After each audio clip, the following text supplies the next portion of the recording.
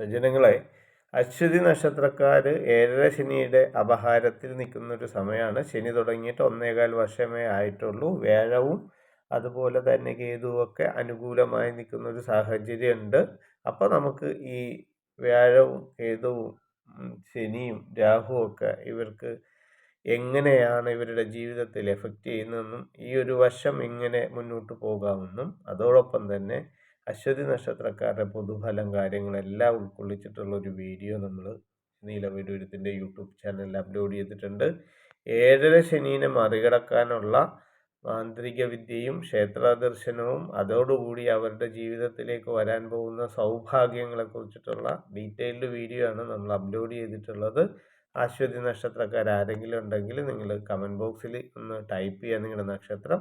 അശ്വതി നക്ഷത്രക്കാരെ അറിയാവുന്നവർക്ക് ഈ വീഡിയോ ഒന്ന് ഷെയർ ചെയ്ത് അഭിപ്രായങ്ങൾ അറിയിക്കുക.